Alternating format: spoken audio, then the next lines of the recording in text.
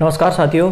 बच्चों, आज के लेक्चर में हम पढ़ेंगे एग्रीकल्चर करंट अफेयर 2021 फरवरी माह का। ठीक है, आज के लेक्चर में हम क्या डिस्कस करेंगे, जो फरवरी माह का करंट अफेयर है उसको हम आज डिस्कस करने वाले हैं। जितना भी फरवरी महीने के अंदर जो भी नई चीज़ें, नई स्कीम्स आई है, सारी हम डिस्कस करेंगे।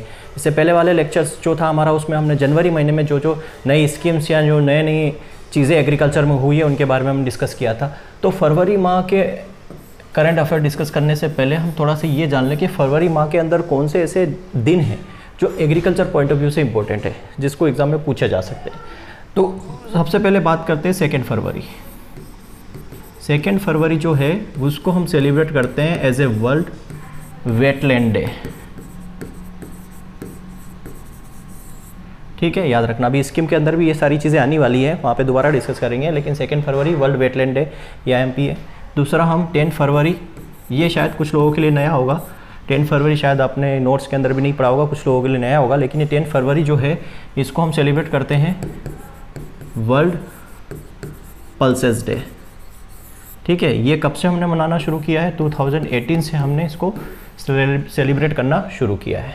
एंड देन नेक्स्ट होता है 28 फरवरी को हम नेशनल साइंस डे मनाते हैं, नेशनल साइंस डे। तो ये कुछ इंपॉर्टेंट डेज है जो एग्रीकल्चर के पॉइंट ऑफ व्यू से इंपॉर्टेंट है फरवरी माह के अंदर। जैसे जनवरी के अंदर एक ही था, वर्ल्ड ट्रेड ऑर्गेनाइजेशन। यहाँ पे जो है 3 है, world wetland day, world pulses day और नेशनल साइंस डे। तो जैसे जैसे जिस मंथ का हम करंट अफेयर पढ़ेंगे उसके इंपॉर्टेंट डेज भी डिस्कस करते जाएंगे। तो क्लियर है, ये 3 डेज है और आगे ये सारी चीज़ें डिस्कस होने वाली है फिर से। तो सबसे पहले बात करते हैं फरवरी माह के अंदर जो सबसे पहले डिस्कस करेंगे वो है मित्रा स्कीम। मित्र स्कीम या मित्रा स्कीम ये क्या है? देखो, मित्रा स्कीम जो है इसका फुल फॉर्म पे मत जाना है ना। अगर आप इसको फुल फॉर्म करने जाओगे तो मीनिंग कुछ और निकल जाएगा। इसका फुल फॉर्म क्या है? Mega investment textile park. Mega investment textile park इसका फुल फॉर्म है। ये जो स्कीम है 1 फरवरी 2021 को लॉन्च की गई। ठीक है, कब? 1 फरवरी 2021 को ये लॉन्च की गई है। ठीक है, ये स्कीम, इस स्कीम को लॉन्च करने के पीछे उद्देश्य क्या है? देखो, उद्देश्य ये है कि अभी हमारी जो टेक्सटाइल इंडस्ट्रीज़ है इंडिया के अंदर वो इतनी ज़्यादा वर्ल्ड लेवल पर इतनी ज़्यादा पॉपुलर नहीं है, इतनी ज़्यादा प्रोग्रेस नहीं है वर्ल्ड लेवल पर, ग्लोबल लेवल पर। तो इसको हमें ग्लोबल कंपटीशन के अंदर लेके आना है। ठीक है, इसको इस तरीके से डेवलप करना है कि ये वर्ल्ड में हमें एग्जिस्ट कर सके, वर्ल्ड की जो टेक्सटाइल इंडस्ट्री उसके अंदर हम एग्जिस्ट कर सके। दूसरा, इसके अंदर ये कब होगा? जब हमें क्या मिलेंगे? बड़े बड़े इन्वेस्टर्स मिलेंगे। तो इसके अंदर इसका ये भी एक उद्देश्य है कि हम इस स्कीम के थ्रू जो लार्ज इन्वेस्टर या लार्ज इन्वेस्टमेंट है उनको हम अट्रैक्ट कर पाएंगे, उनको अपनी तरफ खींच पाएंगे इस स्कीम के थ्रू। ठीक है, और इससे फिर क्या होगा? इससे जब हम क्या करेंगे, बड़े लेवल पे इन्वेस्टमेंट करेंगे और क्या होगा, और इसको हम इंटरनेशनल लेवल पे ले जा रहे हैं, तो क्या होगा, हम एम्प्लॉयमेंट जनरेशन भी करेंगे। मतलब हम एम्प्लॉयमेंट, रोजगार भी इससे बढ़ेगा, रोजगार भी बढ़ेगा। और जो इसके अंदर क्या होगा, गुड्स का जो प्रोडक्ट्स है उनका मैन्युफैक्चरिंग होगी तो एक्सपोर्ट भी बढ़ेगा। तो मेन उद्देश्य इसका यही है।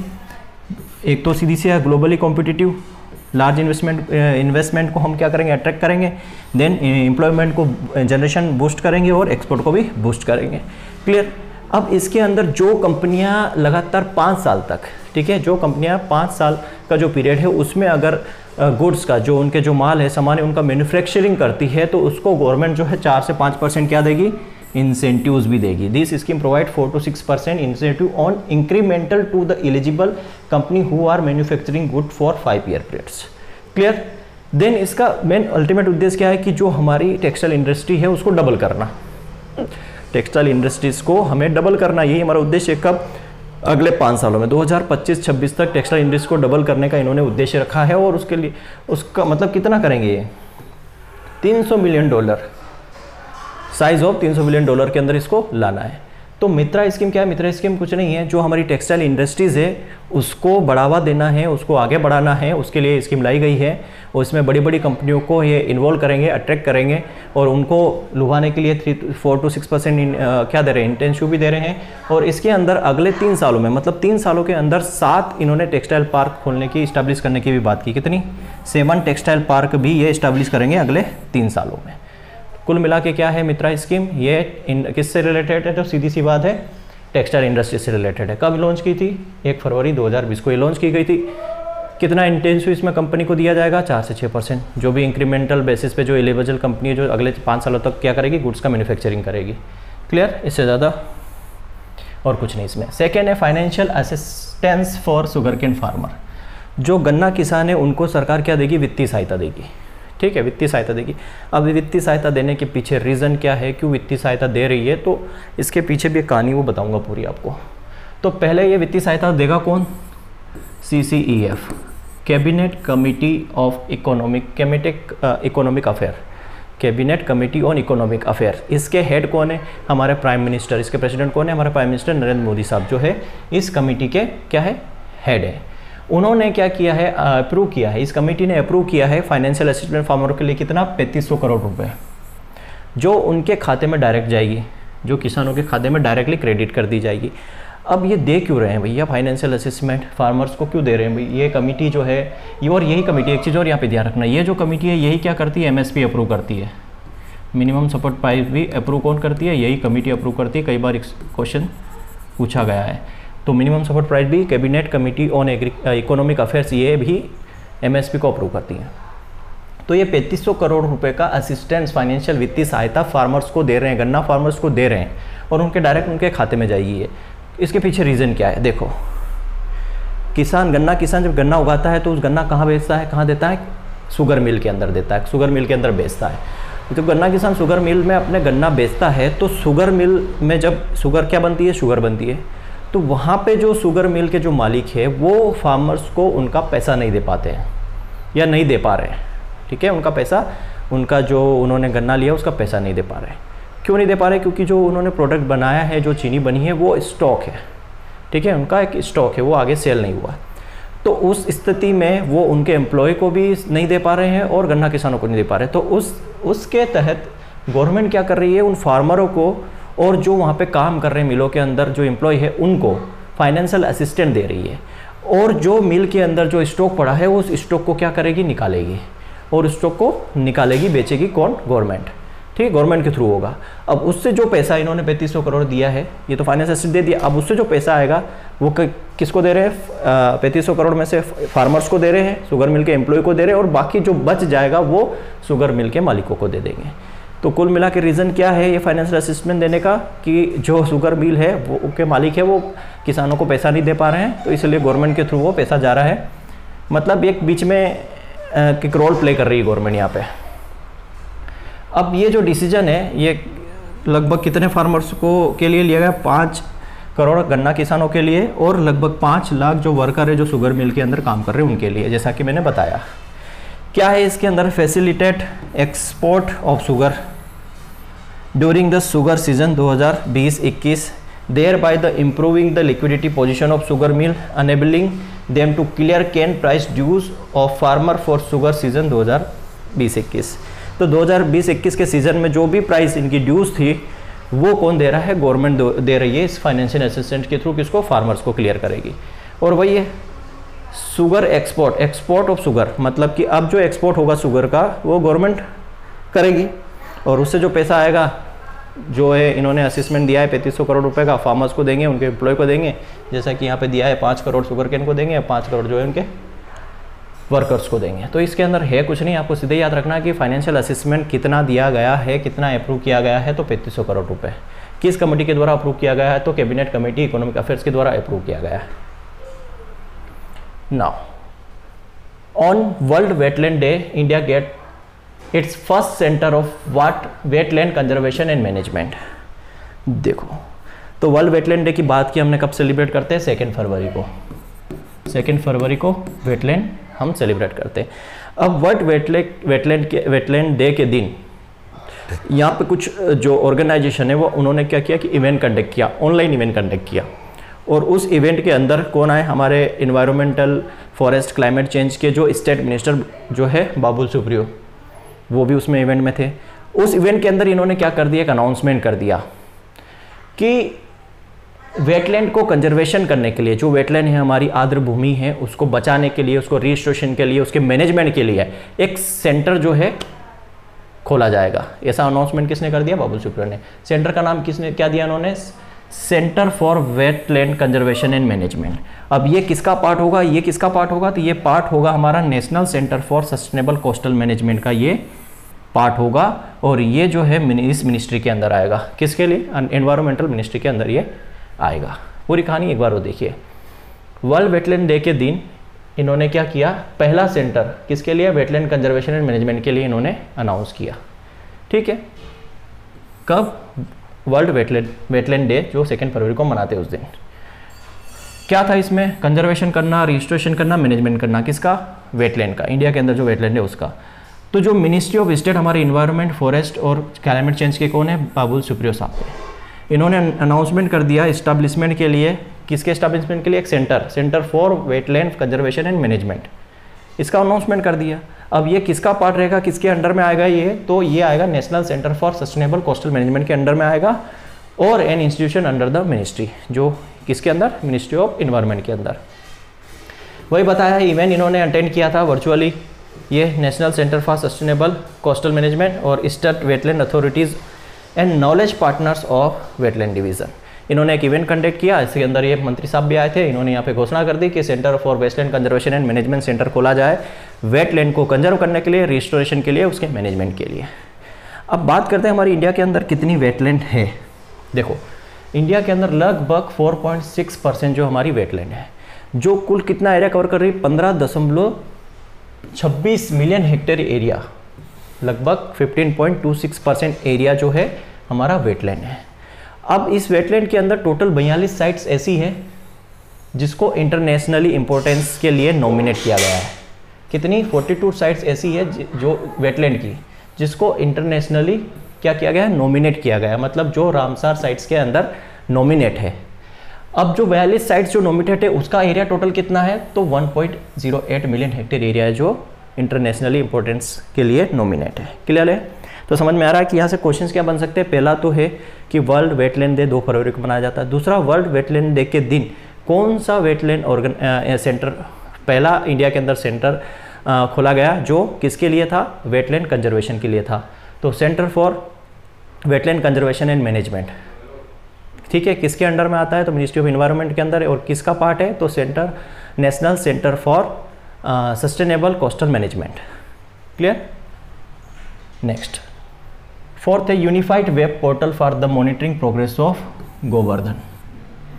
क्लियर है, तो एक यूनिफाइड पोर्टल, गोवर्धन का एक यूनिफाइड पोर्टल जो है लॉन्च किया गया, ताकि जो गोबर गैस प्रोजेक्ट है, गोबर गैस प्लांट का जो इनिशिएटिव है उसको स्मूथली हम क्या कर सकते हैं, रन करवा सके, उसके लिए एक यूनिफाइड वेब पोर्टल बनाया गया। क्लियर है। अब इसको कोऑर्डिनेट कौन करता है, इसको कौन करता है, इसको कोऑर्डिनेट करेगा department of drinking water and sanitation, ये जो है इसको कोऑर्डिनेट करेगा। लॉन्च किसके द्वारा किया गया, मतलब ये गोवर्धन स्कीम है, गोवर्धन स्कीम लॉन्च की गई जल शक्ति डिपार्टमेंट के द्वारा। याद रखना, मिनिस्ट्री ऑफ जल शक्ति के द्वारा गोवर्धन स्कीम लॉन्च की गई। यहाँ पे गोवर्धन, गोबर का मतलब समझना, galvanising organic bio agro resources. गोबर का मतलब क्या है, galvanising organic bio agro resources. तो ये गोवर्धन स्कीम जो है मिनिस्ट्री ऑफ जल शक्ति द्वारा लॉन्च की गई। ये पोर्टल किसके द्वारा कोऑर्डिनेट होगा, department of drinking water and sanitation के द्वारा। ठीक है, क्यों इसको लॉन्च किया गया, इसको लॉन्च करने के पीछे क्या था उद्देश्य, ये इंश्योर कर सके कि जो हमारे बायोगैस स्कीम्स या इनिशिएटिव्स है उसको हम स्मूथली इम्प्लीमेंटेशन किया जा सके।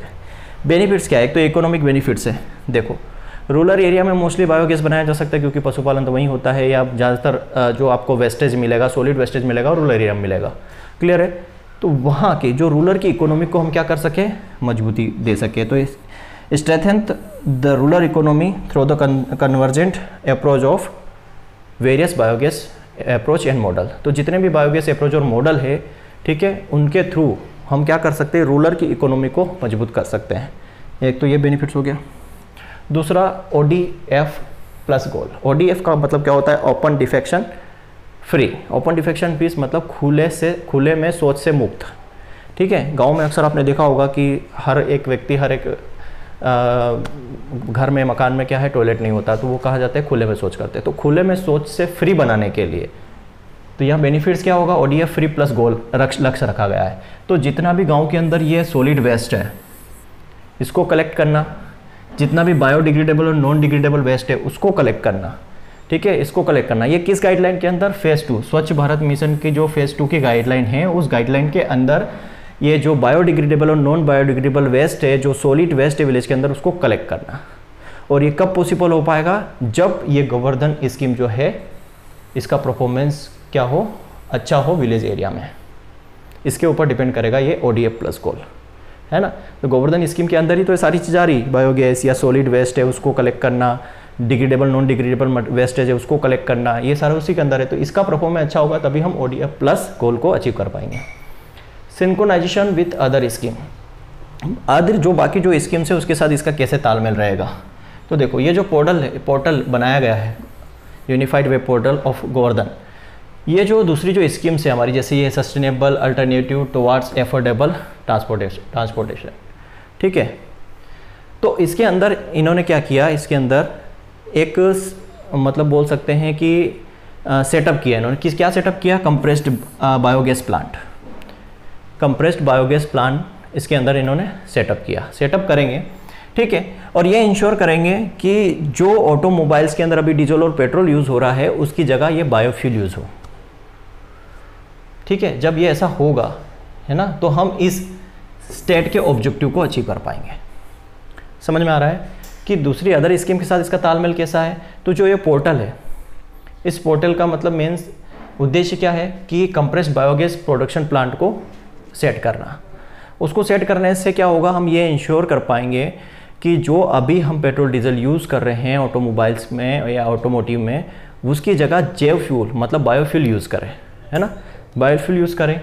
तो फिर ये क्या होगा, हम इसके ऑब्जेक्टिव को अचीव कर पाएंगे, इसके sustainable alternative towards affordable transportation. मतलब क्या हो गया, उसको हमें स्थायी क्या चाहिए, परिवहन सेवा चाहिए, सस्टेनेबल क्या चाहिए, स्थायी परिवहन सेवा चाहिए। तो उसके लिए अगर हम बायोफ्यूल यूज़ करेंगे तो क्या होगा, एफोर्डेबल ट्रांसपोर्टेशन हम अचीव कर पाएंगे।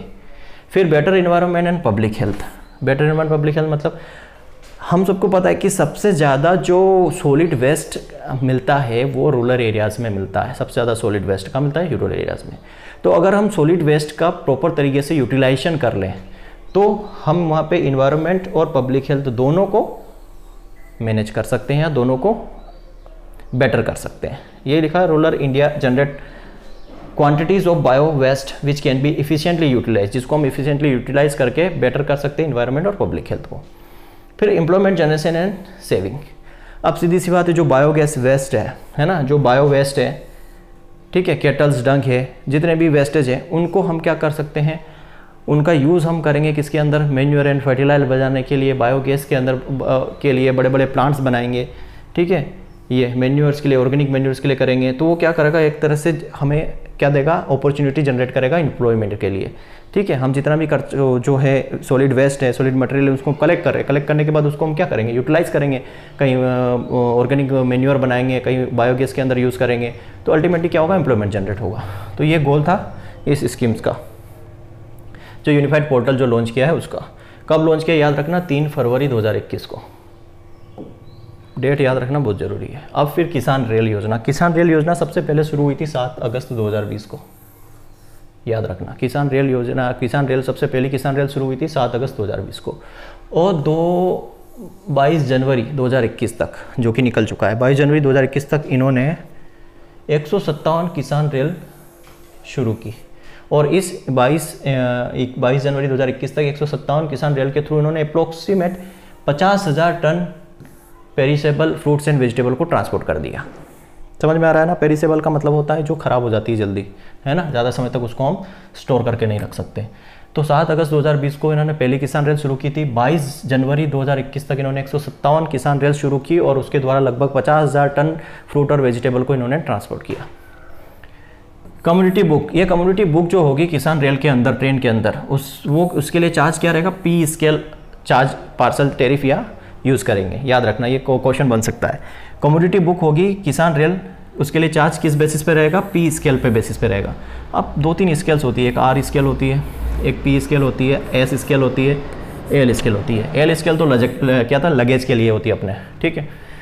अब R स्केल, P स्केल और S स्केल ये जो होती है पार्सल के लिए होती है। तो इसमें से P स्केल मतलब क्या होता है, एक ब्रेक वेन होता है, ब्रेक वेन होता है। ब्रेक वेन मतलब कि सबसे पहला वाला डिब्बा, मतलब इंजन इसको हम बोल सकते हैं, और सबसे लास्ट वाला जिसमें एक छोटा सा केबिन रहता है जिसके अंदर गार्ड रहता है ना, गार्ड रहता है, वो उसको बोलते हैं ब्रेक वैन, ठीक है। इंडिया, ऑस्ट्रेलिया और शायद ब्रिटिश में ये ब्रेक वैन चलता है। तो सबसे पहला वाला डिब्बा और सबसे लास्ट वाला डिब्बा, इसको हम ब्रेक इवन बोलते हैं। अगर इसका 60% से कम, लेस देन 60%, सॉरी, हाँ, less than 60% and not used for leased, ये कॉन्सेप्ट है इसका। अगर 60% से कम है, ठीक है, ब्रेक इवन 60% से कम है और उसको क्या पट्टे पे नहीं दिया गया है, वो किसके अंदर आता है? पी स्केल के अंदर। इसी तरह से आर स्केल है और एस स्केल है। आर स्केल में दो कंडीशंस आती है, 60 से ज़्यादा है और लीच पे दिया, पट्टे पे दिया गया है, 60 से कम है और लीच पे नहीं दिया गया है। तो ये पी स्केल है। ज़्यादा इसके बारे में मैं बताऊंगा नहीं क्योंकि मुझे खुद को नहीं पता है। जनरली मैं इतना ही जानता हूँ कि ये ब्रेक इवन बेसिस पे, ब्रेक इवन अगर 60% से कम है और लीच पे नहीं दिया गया है तो पी स्केल के थ्रू हम उसको उसका जो है चार्जेस यहाँ पे लगाया जाता है रेलवे के द्वारा, ठीक है। अब इसमें जो माल ढुलाई होगी उसका 50% सब्सिडी देगा। अब ये 50% सब्सिडी देगा कौन? तो 50% सब्सिडी देगा ministry of food processing. Ministry of food processing इसमें 50% सब्सिडी देगा, लेकिन किसके अंडर में? ऑपरेशन ग्रीन स्कीम के अंडर। ऑपरेशन ग्रीन स्कीम के अंडर जो मिनिस्ट्री ऑफ फूड प्रोसेसिंग है वो माल ढुलाई के लिए 50% सब्सिडी देगी। ऑपरेशन ग्रीन क्या है? जिसके अंदर टोमेटो, पोटैटो और ऑनियन क्रॉप आती है। अब जो है टोटल आने लगी है। पहले ये टॉप में से 3 ही क्रॉप आती थी ग्रीन ऑपरेशन ग्रीन में, अब सारी की सारी क्रॉप इसके अंदर इंक्लूड कर ली गई है। Granted transportation of fruit and vegetable through the किसान रेल सर्विस। जो ट्रांसपोर्टेशन होगा किसान रेल सर्विस के थ्रू फ्रूट एंड वेजिटेबल का, उसके लिए 50% माल ढुलाई की सब्सिडी कौन देगा? मिनिस्ट्री ऑफ फूड प्रोसेसिंग, जो under the operation green scheme. Operation green scheme के थ्रू 50% सब्सिडी दी जाएगी। Budget for fishery sector. Fishery sector के लिए कितना बजट दिया गया है? जो बजट 2021 का फाइनेंशियल ईयर 2021 के लिए जो स्पीच जो दी गई थी अपना फाइनेंस मिनिस्टर निर्मला सीतारमण के द्वारा, तो कितना दिया गया है? तो 1220.84 करोड़ अलॉट किया गया है डिपार्टमेंट ऑफ फिशरी को फीस बजट के लिए। कितना पैसा? 1220.84 करोड़ फिशरी डिपार्टमेंट को दिया गया है। ये हाईएस्ट है as compare to last year. Last year से हाईएस्ट है। कितना हाईएस्ट है? 34% ज़्यादा है ये फाइनेंशियल ईयर 2021 से। जो लास्ट ईयर का जो बजट था उससे 34% ज़्यादा है। और 1000 करोड़ इन्होंने क्या दिया है? जो है पैसा दिया है किसके लिए? प्रधानमंत्री मत्स्य संपदा योजना के लिए, जो कि पिछली बार से 43% ज़्यादा है। समझ में आ रहा है? 1220 करोड़ इन्होंने अलॉट किया है डिपार्टमेंट ऑफ फिशरी के लिए, जो पिछली बार से 34% ज़्यादा है। और इसमें से 1000 करोड़ रुपए जो है उन्होंने डिपार्टमेंट ऑफ मत्स्य संपदा योजना के लिए दिया है, जो कि पिछली बार से 43% ज़्यादा है। क्लियर? अब थोड़ी सी मैं कुछ आपको बता देता हूँ। हमारी कुछ टेस्ट सीरीज़ और कुछ कोर्सेज चल रहे हैं उसमें। अभी हमने यूपी टीजीटी के लिए टेस्ट सीरीज़ लॉन्च की है और यूपी पीजीटी के लिए टेस्ट सीरीज़ लॉन्च की है। इसमें जो टेस्ट हम लेंगे वो हिंदी और इंग्लिश दोनों में आपको टेस्ट दिए जाएंगे। टोटल टेस्ट आपको 20+ दिए जाएंगे। पीजीटी में आपको 25+ टेस्ट सीरीज दिए जाएंगे, ठीक है। प्राइस मात्र 100 रुपीज़ है। वैलिडिटी अप टू एग्जाम्स रहेगी। जब तक आपकी एग्जाम नहीं होगी आप आपके अकाउंट में रहेगा। कोर्स टेस्ट सीरीज लेने के लिए आपको हमारी ऐप एग्रीकल्चर पढ़ाई ऑनलाइन क्लासेस को गूगल प्ले स्टोर से डाउनलोड कर लेना है। दोनों टेस्ट सीरीज, दोनों में से आप जो लेना चाहें, 100 रुपीज़ प्राइस है सिर्फ। टोटल आपको 20 से 25 टेस्ट मिलेंगे जो हिंदी और इंग्लिश दोनों में रहेंगे। और पूरा फोकस इस पर किया गया है यूपी टीजीटी पीजीटी एग्ज़ाम के पॉइंट ऑफ व्यू से। और भी हमारे कोर्सेस है, जैसे IBPS AFO का मेंस का कोर्स हम चला रहे हैं। मेंस के कोर्स में आपको 150+ PDF मिलेगी, जो आप डाउनलोड भी कर सकते हैं और आप प्रिंट भी करवा सकते हैं। 100+ वीडियो लेक्चर्स मिलेंगे, उसको भी आप डाउनलोड कर सकते हैं। 80+ टेस्ट सीरीज आपको मिलेगी। करंट अफेयर्स मिलेंगे। 1200+ वन लाइनर मिलेंगे और 10 साल के क्वेश्चन पेपर आपको मिलेंगे। ये प्रोग्रेसिव कोर्स रहेगा, मतलब आपको एक साथ सारी चीज़ें नहीं मिलेगी। हम डेली के डेली आप इसको डेली आपको यहाँ पे कंटेंट हम ऐड करके देते हैं, ठीक है। और ये जो कोर्स आपको सिर्फ 499 रुपये में मिल रहा है। सारी चीज़ आप डाउनलोड कर सकते हैं, प्रिंट कर सकते हैं। आपको अगर कहीं से नोट्स भी परचेस करने जाएंगे ना तो आपको 2-3 हज़ार रुपये के नोट्स देगा। मैं 500 रुपये में आपको नोट्स भी दे रहा हूँ जिसको आप प्रिंट करवा सकते हैं। वीडियो लेक्चर्स भी दे रहा हूँ, टेस्ट भी दे रहा हूँ, करंट अफेयर सारी चीज़ें दे रहा हूँ। क्लियर? नेक्स्ट आगे बढ़ते हैं। ई नाम की बात करते हैं। ई नाम मतलब इलेक्ट्रॉनिक नेशनल एग्रीकल्चर मार्केटिंग। ये जो है लॉन्च हुआ था 14 अप्रैल 2016 को, ठीक है। यहाँ पे बहुत ज़्यादा कंफ्यूजन रहता है डेट को लेके। ये लॉन्च हुआ था 14 अप्रैल 2016 को, लेकिन इसको अप्रूव कब किया गया था? नेशनल एग्रीकल्चर मार्केट को अप्रूव कब किया था? 1 जुलाई 2015 को ही इसको अप्रूव कर दिया गया था, लेकिन लॉन्च इसको 14 अप्रैल 2016 को लिए किया गया। तो डेट को लेके कंफ्यूजन है, कई 2015 बताते हैं, कई 2016 बताते हैं ईयर को लेके। 2015 में इसको अप्रूव कर दिया गया था, 2016 में इसको लॉन्च किया गया। ठीक है, ये जो पोर्टल है, अगर इस पोर्टल भी है और इसकी एप्लीकेशन भी है, क्या है, पोर्टल भी है और एप्लीकेशन भी है। पोर्टल जो है टोटल 9 लैंग्वेज में है, हिंदी, इंग्लिश, गुजराती, मराठी, तेलुगु, बंगाली, तमिल, उड़िया और पंजाबी। पोर्टल जो है 9 लैंग्वेज में है। मोबाइल ऐप की बात करूँ तो मोबाइल ऐप जो है 6 लैंग्वेज में है, इंग्लिश, हिंदी, गुजराती, तेलुगु, उड़िया और मराठी। क्लियर। अब ये पूरे इंडिया के अंदर टोटल कितनी है, 1000 मंडीज है टोटल इंडिया के अंदर। 2 फेज़ में थी ये, एक था फेज़ फर्स्ट में 585 मंडी ओपन की गई और सेकेंड फेज़ 2 में 415। तो दोनों को मिला के टोटल कितनी मंडी हो गई, 1000 मंडी अभी कनेक्ट में है, जो कवर करती है 18 स्टेट और 3 यूनियन टेरिटरी को, 18 राज्य और 3 केंद्र शासित प्रदेश को कवर करती है। तो अभी वर्तमान में 175 कमोडिटी यहाँ पे इसके अंदर सेल होती है। कितनी, 175 कमोडिटी यहाँ पे सेल होती है। पहले कितनी थी, 150। अब इसके अंदर फूड ग्रेन भी है हमारा, ऑयल सीड भी है, फाइबर भी है, वेजिटेबल भी है, फ्रूट भी है। किसके अंदर, इनाम के अंदर इसका व्यापार इसके अंदर किया जाता है। फिर यहाँ पे इट इज़ द फर्स्ट। अब सबसे पहले कौन से राज्य ने, ये भी मोस्ट इंपॉर्टेंट क्वेश्चन बनता है कि सबसे पहले इनाम को अपनाया था कर्नाटक स्टेट ने। ठीक है, टोटल इनाम मंडीज कितनी है, 1000 है, जैसे मैंने बता दिया। पहले फेज में 585, दूसरे में 415। इनाम प्लेटफॉर्म सबसे ज़्यादा कहाँ पर है, राजस्थान में 144 अभी, उसके बाद उत्तर प्रदेश में 125, उसके बाद गुजरात और उसके बाद महाराष्ट्र। कोई भी इश्यूज़ होता है या कोई लॉजिस्टिक सपोर्ट चाहिए तो उसके लिए कॉल सेंटर नंबर है 1800-270-0224। ठीक है, farmers, FPO, business person and service provider. तो यहाँ पे हम अगर कोई भी लॉजिस्टिक सपोर्ट चाहिए तो हम यहाँ पे कॉल कर सकते हैं। क्लियर है। तो यहाँ से क्वेश्चंस बनते हैं इनाम्स के ऊपर से, क्योंकि ये अभी ट्रेंडिंग में चल रहा है। फिर agricultural infrastructure and development cess मतलब उपकर। एक तो टैक्स लगता है और एक उप टैक्स मतलब बोल सकते हैं उपकर लगता है।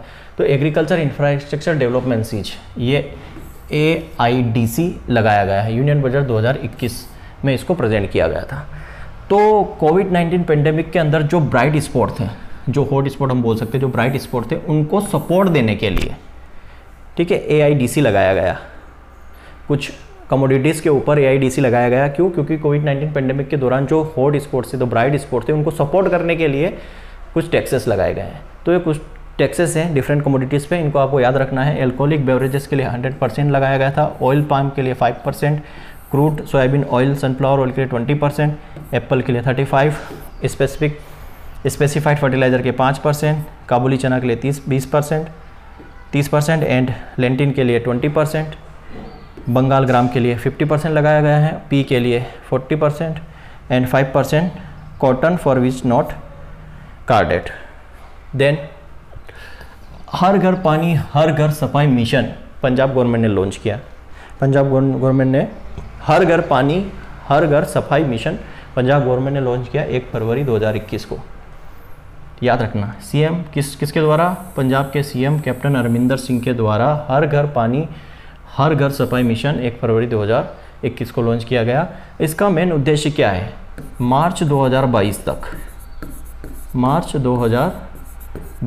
तक 100% पानी सप्लाई करना हर एक घर में।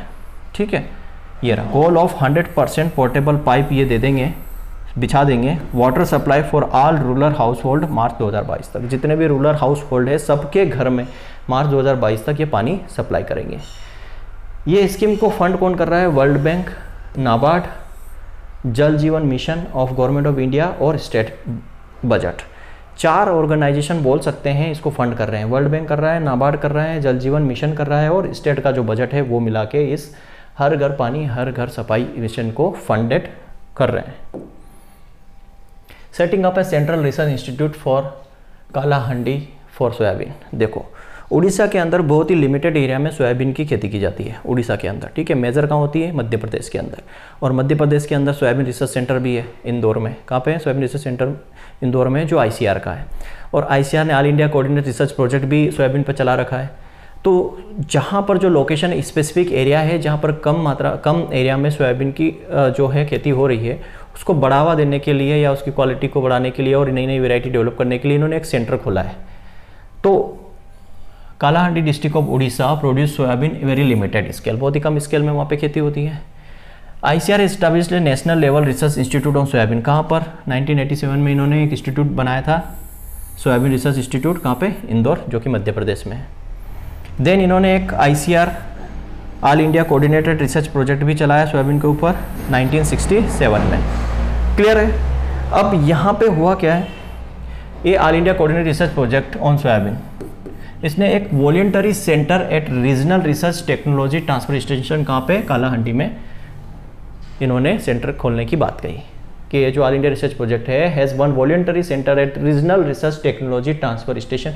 IMP क्वेश्चन है कि भाई सोयाबीन का जो रीजनल स्टेशन कहाँ पर खोला गया, तो कालाहांडी, या बोल सकते हैं भवानीपटना कालाहांडी उड़ीसा के अंदर ये खोला गया है। ठीक है, किसके अंडर आया गया, Orissa university of agriculture technology Bhubaneswar. ठीक, अब the station is undertaking need based in location specific research. अब कहाँ हो रहा है, उड़ीसा में स्मॉल स्केल में हो रहा है, तो लोकेशन स्पेसिफिक हो गया कि वहाँ की जो क्लाइमेटिक कंडीशंस क्या है, किस क्लाइमेटिक कंडीशन में किस तरीके की वेराइटीज़ वहाँ पे यूज़ होगी, किस तरह की वेराइटीज़ हम ले सकते हैं, वाटर रिक्वायरमेंट क्या होगी, ये सारी चीज़ें। वही hot and moisture humid climate Orissa comprising the Kalahandi, Bolangir and Koraput. Clear है। तो वहाँ की जो नीड बेस्ड है, मतलब वहाँ की जो आवश्यकता है, वहाँ का जो क्लाइमेट है, वहाँ की मॉइस्चर है, वहाँ की जो सोइल है, उसके आधार पर वहाँ पे रिसर्च होगा। नेशनल हॉर्टिकल्चर फेयर 2021, ठीक है, नेशनल हॉर्टिकल्चर मेला 2021 में कंडक्ट किया गया है। तो नेशनल हॉर्टिकल्चर मेला जो है 8 फरवरी 2021 को स्टार्ट हुआ, 5 दिन का ये मेला था। 8 फरवरी को स्टार्ट हुआ, 5 दिन का ये मेला था, और Indian institute of horticulture research Bangalore, उसके द्वारा ये ऑर्गेनाइज किया गया था। नेशनल हॉर्टिकल्चर मेला 2021 5 दिन का था, 8 फरवरी 2021 को शुरू हुआ, और इसको किसने, Indian institute of horticulture research Bangalore ने ऑर्गेनाइज किया था। इसके अंदर सारे इंडिया के लोग इसमें पार्टिसिपेट कर सकते हैं ऑनलाइन। ठीक है, ऑनलाइन तरीके से पार्टिसिपेट किया होगा, कई लोगों ने किया होगा। The theme of national horticulture fair, इसकी थीम क्या थी, horticulture for startup and stand up India, इसकी थीम थी। याद रखने वाली चीज़ें क्या थी, नेशनल हॉर्टिकल्चर फेयर 8 फरवरी 2021 को शुरू हुआ, किसने किया, Indian institute of horticulture research Bangalore ने इसको ऑर्गेनाइज किया। थीम क्या थी, तो horticulture for startup and stand up India, ये इसका मेन पॉइंट्स है। ठीक है, फार्मर बिकम एंटरप्रेन्योर, इसका मेन क्या था, ये थीम क्या इंकरेज कर रही थी कि जो फार्मर है वो एंटरप्रेन्योर बने इस क्षेत्र में। फिर महिला ई हाट, महिला ई हाट एक क्या है, ऑनलाइन मार्केटिंग प्लेटफॉर्म है महिला एंटरप्रेन्योर्स के लिए। जो महिला उद्यमी हैं, महिला एंटरप्रेन्योर्स हैं, उनके लिए ये Mahila E Haat online marketing platform शुरू किया गया। ये जो प्लेटफॉर्म है E market, government E market, GeM, government has promoted platform such as government E market. जैसे गवर्नमेंट ई मार्केट है, वैसे ही गवर्नमेंट इस प्लेटफॉर्म को भी क्या कर रही है, प्रमोट कर रही है। ठीक है, जो किसके द्वारा मैनेज होता है, national small industry corporation to support them entrepreneurs. तो गवर्नमेंट की जो स्कीम है या प्लेटफॉर्म है गवर्नमेंट ई मार्केट, जिसको national small industry corporation support करता है एंटरप्रेन्योर्स के लिए, गवर्नमेंट उसी तरीके से इस महिला ई हाट को भी क्या कर रही है, प्रमोट कर रही है। और महिला ई हाट के अंदर जितनी भी व्यापारियों की, विक्रेताओं की जो लिस्ट है उसको हम आवंटित कर देते हैं, एलोकेट कर देते हैं, किसके लिए, ministry of food processing industries, ministry of micro small and medium enterprises, ministry of commerce and industry to facilitate their marketing linkage. तो महिला ई हाट अंदर जितने भी वेंडर्स की लिस्ट है उसको इन डिपार्टमेंट्स को दे दिया जाता है ताकि वो मार्केट को लिंक कर सके। ठीक, फिर वर्ल्ड पल्सेस डे, बहुत कम बच्चे जानते होंगे वर्ल्ड पल्सेस डे हम 10 फरवरी को मनाते हैं, जैसा कि मैंने बताया। और कब शुरू हुआ था, 2018 से शुरू हुआ था। मेन पर्पज़ क्या है इसका, 2021 में इसकी थीम क्या थी, nutritious seed for sustainable future. बस ये याद रखना, 10 फरवरी को हम वर्ल्ड पल्सेस डे मनाते हैं, 2018 से मनाना शुरू किया, और 2021 की थीम क्या थी, nutritious seed for a sustainable future. A provision of 200 crore has been made for a new scheme Swamitva अंदर पंचायती राज मिनिस्टर। एक नई स्कीम लॉन्च की मिनिस्ट्री ऑफ पंचायती राज ने, स्वामित्व मतलब जैसे मान लो, एक सिंपल सा एक फंडा बताता हूँ आपको। मैं रूरल एरिया में रहता हूँ, विलेज में रहता हूँ, ठीक है, मैं अपने पे बात ले रहा हूँ। रूरल एरिया में, विलेज में रहता हूँ, तो मेरे पास क्या है, मकान है। उस मकान का क्या हूँ, मैं मालिक हूँ, लेकिन मेरे पास उसका रिकॉर्ड नहीं है। तो ये स्वामित्व स्कीम है, ये क्या देगी मुझे अधिकार का, उस रिकॉर्ड का अधिकार देगी, वो सारे रिकॉर्ड्स देगी कि मैं इस मकान का मालिक हूँ। दूसरी जो मेरे पास संपत्ति है, मेरी पूंजी है, मेरी प्रॉपर्टीज़ है, उसका रिकॉर्ड, उसकी संपत्ति का कार्ड भी मुझे ये स्कीम प्रोवाइड करवाएगी। क्लियर है? मतलब हमें अधिकार दिया जाएगा इस स्कीम के अंदर। मकान हूँ, मैं मकान का मालिक हूँ, तो मुझे उसका अधिकार, उस अधिकार का रिकॉर्ड दिया जाएगा। मेरी कुछ प्रॉपर्टीज़ है, उस प्रॉपर्टीज़, उस संपत्ति का मुझे कार्ड बना के देंगे। ये इस स्कीम के अंदर है। ठीक है। मिनिस्ट्री ऑफ पंचायती राज ने कितना प्रोवाइड किया? लगभग 913 करोड़ 2021-22 के बजट में, जो कितना था? 32% ज़्यादा था पिछली बजट से। उसमें से 200 करोड़ का जो प्रोविज़न इन्होंने रखा न्यू स्कीम किसके लिए? स्वामित्व के लिए। Provide the record of rights. ठीक है, रिकॉर्ड ऑफ राइट्स मैंने बताया कि हमारा जो अधिकार है, जो रिकॉर्ड्स रखने का अधिकार है, वो to village household owner, मतलब जो गांव में रहने वाले मकान के जो मालिक हैं उनको। Processing house in inhabited rural area in village and issue of property card, उनको जो उनकी संपत्ति का जो संपत्ति कार्ड है वो भी उनको दिया जाएगा, किनको? प्रॉपर्टी ओनर को। अब ये जो है survey of village area, help of drone technology by survey of India. तो ये कैसे सर्वे करेंगे? सर्वे करेंगे ये सर्वे ऑफ इंडिया के द्वारा सर्वे होगा, सर्वे होगा ड्रोन के थ्रू। क्लियरली समझ में आ गया कि स्वामित्व जो स्कीम है उसमें 200 करोड़ अलॉट किया किसके लिए? एक तो रिकॉर्ड ऑफ राइट्स, जो गांव में रहने वाले मकान गांव के रहने वाले जो लोग हैं जिनके मकान, उनके खुद के मकान हैं उनको, और उनकी जो प्रॉपर्टी, उनकी संपत्ति, उनके लिए उनको प्रॉपर्टी कार्ड दिया जाएगा। ठीक है। नाउ अब ये पायलट फेज, मतलब शुरुआती दौर में कितना बजट इसके लिए रखा गया है? लगभग 80 करोड़ का बजट इसके लिए रखा गया है पायलट फेज में। और इसके अंदर इन्होंने शुरुआत में 9 स्टेट के अंदर इसको लागू किया। 9 स्टेट कौन से? उत्तर प्रदेश, उत्तराखंड, मध्य प्रदेश, हरियाणा, महाराष्ट्र, कर्नाटका, पंजाब, राजस्थान और आंध्र प्रदेश। और 2022 में इस स्कीम को पूरे इंडिया के अंदर ये लागू करेंगे। Clear? India first CNG tractor to be launch, पहला सीएनजी ट्रैक्टर इंडिया के अंदर लॉन्च हुआ। मतलब कि जो फर्स्ट एवर डीजल ट्रैक्टर था, उस डीजल ट्रैक्टर को इन्होंने कन्वर्ट कर दिया कंप्रेस्ड नेचुरल गैस के अंदर, सीएनजी गैस के अंदर। सीएनजी के अंदर कौन सी गैस होती है? CH4 मेनली, मीथेन इसके अंदर होती है। कब? 12 फरवरी 2021 को फर्स्ट एवर ट्रैक्टर लॉन्च किया गया सीएनजी से चलने वाला।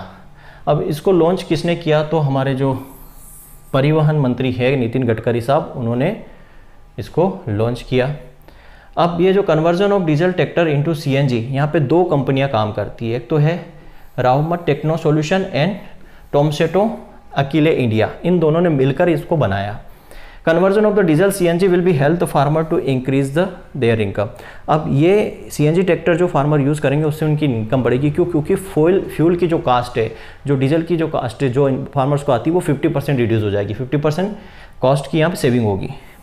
लगभग फार्मर 1 लाख रुपए तक की कॉस्ट यहाँ पे बचा सकता है फ्यूल पर एनुअली। बेनिफिट्स क्या है? More power are equal when diesel run engine, जो डीजल इंजन था उससे मोर पावर या उसके बराबर पावर ये रखता है CNG. CNG tractor will reduce overall emission of 70% emission by the diesel tractor. Diesel tractor में जितना इमिशन होता था उससे 70% ये रिड्यूस कर देगा, और 50% जो है फ्यूल कास्ट फार्मर की ये बचा लेगा। ठीक है। अभी LLG का कॉन्सेप्ट चल रहा है। नागपुर में पहला प्लांट लगा है LLG का, जो लिक्विड लिथियम गैस वाला जो कॉन्सेप्ट है। नितिन गडकरी का जो मेन गोल जो है, ठीक है, कि इंडिया के अंदर जो है LLG से चलने वाली बसेस, ट्रकें और जो ट्रांसपोर्टेशन है उस पर हो जाए। जलाभिषेक वाटर कंजर्वेशन कैंपेन, तो जो हमारे डिफेंस मिनिस्टर राजनाथ सिंह साहब ने, उन्होंने इनोग्रेट किया 57,000 वाटर स्ट्रक्चर अंडर द जल अभिषेक वाटर कंजर्वेशन कैंपेन। कब? 11 फरवरी 2021 को वर्चुअली फ्रॉम न्यू दिल्ली से, नई दिल्ली से वर्चुअली मतलब ऑनलाइन 57,000 जो वाटर स्ट्रक्चर है उसको इनोग्रेट किया राजनाथ सिंह साहब ने 11 फरवरी 2021 को। और ये वाटर स्ट्रक्चर की शुरुआत कहाँ से हुई? मध्य प्रदेश से हुई, याद रखना। और मध्य प्रदेश के अंदर इसको पार्टिसिपेट शिवराज सिंह चौहान, ठीक है। वाटर कंजर्वेशन वर्क विंग भी carry out by the Madhya Pradesh by the minister, chief minister Shivraj Singh Chauhan के द्वारा। तो मध्य प्रदेश के अंदर इसके ऊपर काम किसने? शिवराज सिंह चौहान साहब जो सीएम है, with the participation of the public in it, public की सहायता से, पब्लिक की भागीदारी से हमारे मध्य प्रदेश के जो शिवराज सिंह चौहान साहब है उन्होंने वाटर कंजर्वेशन पर काम किया। Goal of water conservation and build the self reliant Madhya Pradesh. अब इसका मेन गोल क्या था कि हम जो वाटर को है उसको कंजर्व करेंगे, वाटर को हम इकट्ठा करेंगे, बचाएंगे, जिससे हम मध्य प्रदेश को आत्मनिर्भर बनाएंगे। ये गोल है इसका। तो याद रखना, जलाशय वाटर कंजर्वेशन कैंपेन जो है 11 फरवरी 2021, इसके अंदर 5700 वाटर स्ट्रक्चर को इनोग्रेट किया था राजनाथ सिंह साहब ने दिल्ली से। कहाँ से शुरू हुआ? मध्य प्रदेश से। ठीक। फिर यूनियन मिनिस्टर श्री नरेंद्र सिंह तोमर ने अवार्ड दिया है टॉप परफॉर्मिंग स्टेट को and district under the PM किसान स्कीम। तो सबसे पहले 3 स्टेट है इसमें, कर्नाटक को दिया गया, महाराष्ट्र को दिया गया, उत्तर प्रदेश को दिया। कर्नाटक को क्यों दिया गया? कि highest percentage of Aadhaar authenticate beneficiary, सबसे ज़्यादा आधार ऑथेंटिकेट बेनिफिशरी कर्नाटक में थे, इसलिए इनको अवार्ड दिया गया इसके लिए। महाराष्ट्र को दिया गया good performance in physical verification and grievance redressal, मतलब सबसे ज़्यादा फिजिकल वेरिफिकेशन हुआ और क्या बोला, जितनी भी शिकायतें होती है उसका शिकायत का इन्होंने निवारण किया। जैसे कुछ कंप्लेंट्स आती है ना, पीएम किसान के अंदर कुछ कंप्लेंट्स आती है, उन कंप्लेंट्स का सॉल्यूशन दिया महाराष्ट्र गवर्नमेंट ने, उसके लिए इनको अवार्ड दिया गया। उत्तर प्रदेश में फास्टेस्ट टेक ऑफ पीएम किसान स्कीम, पीएम किसान स्कीम को सबसे फास्ट, सबसे जल्दी इन्होंने टेक ऑफ किया उत्तर प्रदेश ने, इसलिए उत्तर प्रदेश को ये अवार्ड दिया। फिर है commercial jute seed distribution scheme launch. तो commercial jute seed distribution scheme launch की गई थी 15 फरवरी 2020 को। Union textile minister Smriti Irani. याद रखना, अभी जो यूनियन टेक्सटाइल मिनिस्टर है वो पीयूष गोयल साहब हैं, पहले स्मृति ईरानी थी, अब चेंज हो गए, कौन है? पीयूष गोयल साहब है। तो उन्होंने ये लॉन्च किया था कमर्शियल सीड डिस्ट्रीब्यूशन स्कीम 15 फरवरी 2021 को। क्लियर?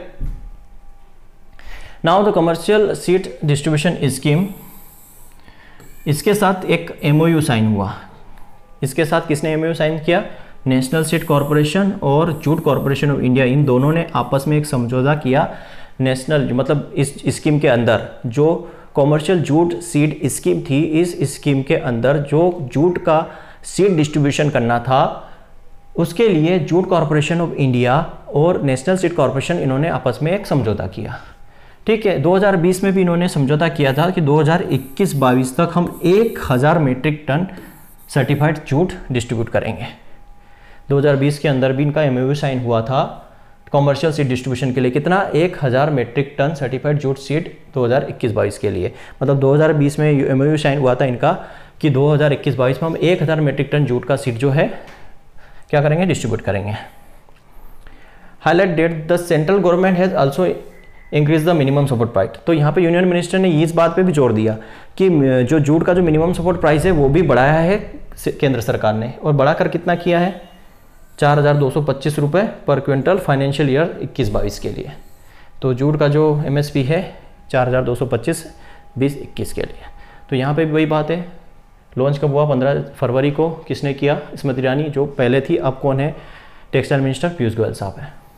किस किस के जिसमें MOU साइन हुआ ये भी याद रखना है। अब तमिलनाडु चीफ मिनिस्टर जो है E.K. पलानीस्वामी, इन्होंने इनोग्रेट किया एशिया का biggest cattle park, advance institute for the integrated research on livestock and animal science in Thalaivasal Salem district में। याद रखना, तमिलनाडु के जो CM हैं E.K. पलानीस्वामी, इन्होंने एशिया का सबसे बड़ा कैटल पार्क का इनोग्रेशन किया and advance institute for integrated research on livestock and animal science in Thalaivasi Solan district में। क्लियर? कहाँ पर ये याद होना चाहिए ना, एशिया का बिगेस्ट पार्ट कहाँ है? तो थलाईवासी कहाँ पे? अपना सालन डिस्ट्रिक्ट में। किसने किया? तमिलनाडु के CM ने इसका इनोग्रेशन किया था। फ्लावर प्रोसेस सेंटर, अब जो कर्नाटक का जो हॉर्टिकल्चर डिपार्टमेंट है वो और इंटरनेशनल फ्लावर ऑक्शन बेंगलोर, इन्होंने मतलब जो हॉर्टिकल्चर डिपार्टमेंट है कर्नाटक का, इसने किसके साथ कोलैबोरेशन किया? इंटरनेशनल फ्लावर ऑक्शन बेंगलोर, इसके साथ कोलैबोरेशन करके फ्लावर प्रोसेस सेंटर सेट किया। ठीक है, हॉर्टिकल्चर डिपार्टमेंट कर्नाटक और इंटरनेशनल जो है फ्लावर ऑक्शन बेंगलोर, इन्होंने आपस में कोलैबोरेशन किया और क्या? फ्लावर प्रोसेस सेंटर खोला। फ्लावर प्रोसेस सेंटर खोलने के पीछे रीज़न क्या था? कि जो फ्लावर अनसोल्ड है, मतलब जो फ्लावर बिकते नहीं हैं, वो रह जाते हैं। ठीक है, क्योंकि फ्लावर बहुत ही ज़्यादा हाईली पेरिसेबल होता है, एक दिन से दूसरे दिन नहीं रह पाते, ख़राब हो जाते हैं। तो जो फ्लावर नहीं है, अनसोल्ड फ्लावर है, उनको क्या करेंगे? ये यूज़फुल प्रोडक्ट में कन्वर्ट करेंगे। अब यूज़फुल प्रोडक्ट के अंदर जैसे मान लो value added product like flower arts बनाएंगे, नेचुरल ड्राइज बनाएंगे, उसके लिए इंसेंस स्टिक बनाएंगे, फ्लावर पेपर बनाएंगे, फ्लावर इवेंट बनाएंगे, इस तरीके से उसको अंदर कन्वर्ट करके कॉस्मेटिक यूज़ में उनका यूज़ करेंगे। सिलिका स्टोर फ्लावर, तो उनको क्या करेंगे, यूजफुल प्रोडक्ट के अंदर कन्वर्ट करेंगे। तो ये हॉर्टिकल्चर डिपार्टमेंट कर्नाटका और इंटरनेशनल जो ऑक्शन बेंगलोर, इन्होंने आपस में कोलैबोरेशन करके फ्लावर प्रोसेस सेंटर सेट किया। रीज़न याद होना चाहिए, अनसोल्ड फ्लावर के लिए उनको वैल्यू एडेड प्रोडक्ट में कन्वर्ट करने के लिए। Second, advance estimation of principal crop release, ये मोस्ट इंपॉर्टेंट है। सेकेंड एडवांस एस्टिमेशन में टोटल फूड गेन का प्रोडक्शन कितना हुआ, 303.34 million tonne. Second advance estimation याद रखना, सेकेंड एडवांस एस्टिमेशन, फर्स्ट होता है, सेकेंड होता है, थर्ड होता है, फोर्थ होता है, सेकेंड की बात कर रहे हैं। तो as per the second advance estimate product for major crop 2021-22 की बात करें, फूड ग्रेन का बता दिया 303 मिलियन टन, राइस का 120.32, वीट का 109.24, न्यूट्री और कोर्स सीरियस की बात करें तो 49.36 मिलियन टन। न्यूट्री और कोर्स सीरियस मतलब जिसमें मिलेट्स आते हैं, अपना फिंगर मिलेट, कोदो, कुटकी, रागी, ये सब आते हैं। Pulses 24.42 million tonne. तुअर की बात करो 3.88 मिलियन टन और ग्राम की बात करो 11.62 मिलियन टन। ये रिकॉर्ड्स इसलिए लिखा है कि पिछली बार से ज़्यादा हुआ है। क्लियर। नेक्स्ट है रेपसीड एंड मस्टर्ड के लिए कितना, 10.43 मिलियन टन। शुगर केन के लिए 397.66 मिलियन टन। कॉटन के लिए 36.54 million ton. Jute and mesta के लिए 9.78 मिलियन टन। ऑयल सीड के लिए 37.31 मिलियन टन। ग्राउंड नट की बात करो 10.15 मिलियन टन। सोयाबीन में 13.71 मिलियन टन। ये सब डाटा है, सब आपको रटना पड़ेगा, याद करना पड़ेगा। ठीक है। कुछ कंपैरिजन में आपको यहाँ पे बता देता हूँ कि सेकेंड एडवांस एस्टिमेट में फूड ग्रेन की बात करें तो सेकेंड एडवांस एस्टिमेट में 303.34, 2019 में कितना था, कितना इंक्रीज़ हुआ, 5.84। राइस का अभी फ़िलहाल कितना है सेकेंड एस्टिमेशन में, 120, पहले कितना था 112, कितना इंक्रीज़ हुआ। वीट की बात करो 109, पहले कितना था 100, कितना इंक्रीज़ हुआ, 8.81। न्यूट्री सीरियल की बात करें 49.36 है, पहले कितना था 57.75, कितना इंक्रीज़ हुआ, 1.62। टोटल पल्सेस 24-42, पहले कितना था 19-20 में 21, मतलब लगभग 22 था। टोटल ऑयल सीड प्रोडक्शन अभी कितना है 37-31, पहले कितना था 33-22। शुगर केन की बात करो 397, लगभग 400 के आसपास पहुंच गया, पहले कितना था 362। कॉटन की बात करो तो 36.54, यहाँ पे ये मेट्रिक बेल है, याद रखना है ना, इसको बेल में नापते हैं। और जूट भी हो जाएगा 9.78 metric bell, jute and mesta दोनों। तो इस तरीके से जो है ये सेकेंड एडवांस एस्टिमेशन है। आगे आपको थर्ड एडवांस एस्टिमेशन भी पढ़ना है, फोर्थ भी पढ़ना है, तो वो जिस मंथ में आएगा उस मंथ में हम आपको पढ़ा देंगे। तो ये फरवरी मंथ का पूरा करंट अफेयर्स था। इसमें से बहुत सारे क्वेश्चन हैं जो सीधे एग्जाम में पूछे जा सकते हैं, अच्छे से पढ़िएगा। और ये हमारे जो कोर्सेज चल रहे हैं उसके बारे में फिर से एक बार बता देता हूँ। यूपी पीजीटी और टीजीटी की टेस्ट सीरीज हम चला रहे हैं, मात्र 100 रुपये की टेस्ट सीरीज़ है। 20 टेस्ट सीरीज़ आपको मिले, 30 टेस्ट मिलेंगे टीजीटी में, 25 मिलेंगे आपको टीजीटी में। हिंदी इंग्लिश दोनों में टेस्ट सीरीज़ रहेगी। AFO मेंस का कोर्स हम दे रहे हैं जिसमें आपको 150 से ज़्यादा PDF मिलेगी जो आप डाउनलोड कर सकते हैं, प्रिंट कर सकते हैं। 100 से ज़्यादा वीडियो लेक्चर जिसको आप डाउनलोड कर सकते हैं। 80 से ज़्यादा आपको टेस्ट सीरीज मिलेगी। करंट अफेयर्स में आपको पढ़ा ही रहा हूँ।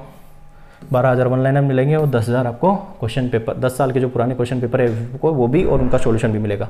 मात्र कॉस्ट है, प्राइस है 499 रुपये। 499 में आपको प्रिंटेड नोट्स मिल रहे हैं, मतलब आपको डाउनलोड करके प्रिंट भी कर सकते हो। ठीक है। इसको लेने के लिए हमारी ऐप को डाउनलोड कर सकते हो। आप AFO की मेंस की टेस्ट सीरीज ले सकते हो जिसमें आपको 80+ टेस्ट सीरीज मिलेंगे मात्र 100 रुपीज़ में। ठीक है, मात्र 100 रुपीज़ में। क्लियर है। तो आज की क्लास में इतना ही। Thank you very much.